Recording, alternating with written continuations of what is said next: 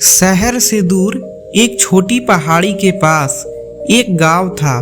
उस गांव में एक जवान माँ रहती थी जिसका नाम था मीरा। उसका एक इकलौता बेटा था जो बहुत ही सुंदर था और प्यारा था।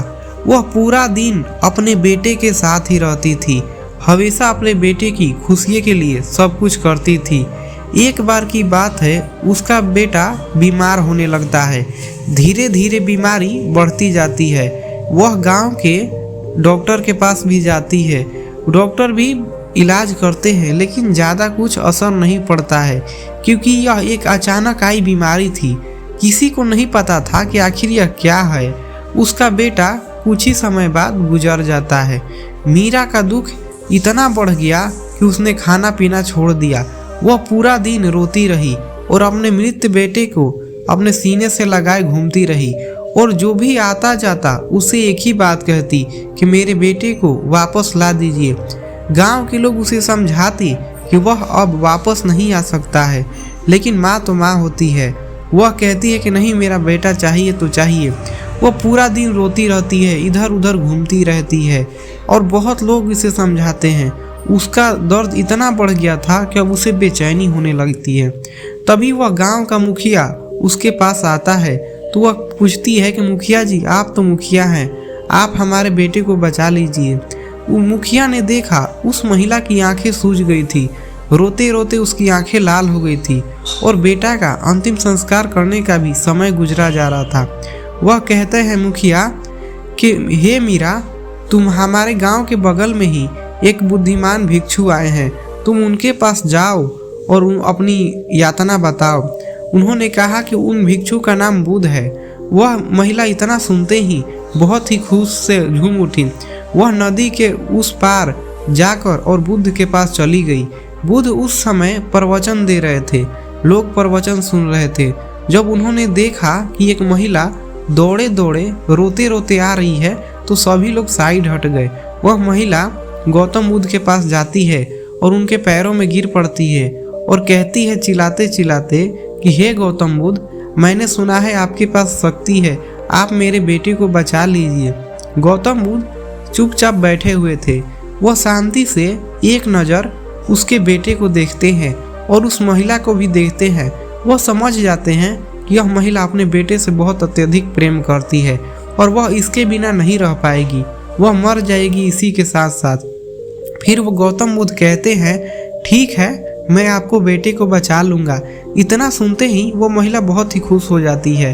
गौतम बुद्ध कहते हैं लेकिन इससे पहले आपको मुझे एक मुट्ठी सरसों का दाना चाहिए।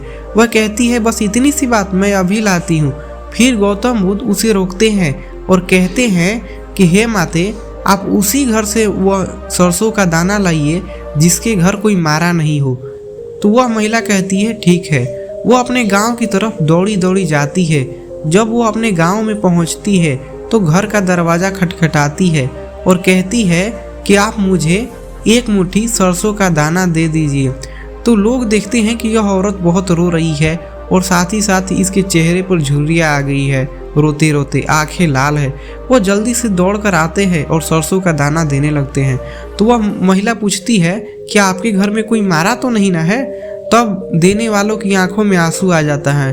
वह कहते हैं कि आज इस वर्ष ही मेरे दादाजी गुजर गए और हमें वो बहुत प्यार करते थे, हमें इसी बात का दुख है।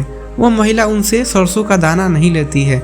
फिर वह आगे चल पड़ती है, अगले घर में जाती है तो फिर मांगती है। फिर वह पूछती है कि आपके घर भी कोई मारा तो नहीं ना है? वह व्यक्ति, उसकी आंखों में आंसू आ जाता है और कहता है कि इस वर्ष मेरा बेटा गुजर गया है और आप मेरी यादों को पहले से मत याद दिलाइए। वह महिला फिर वहाँ से चल पड़ती है। ऐसे ही वह दूसरे घर, तीसरे घर, चौथे घर, हर एक घर कोई ना कोई मारा रहता है। और जब भी वह जाती है वह देखती है कि जब भी वह पूछती है तो लोगों के आंखों में आंसू आ जाते हैं। किसी का पति मर गया है, किसी का बेटा मर गया है, कोई ना कोई मर गया है। वह पूरा गांव घूमती है। फिर थक हार कर वह नदी पार करती है और गौतम बुद्ध के पास पहुंच जाती है।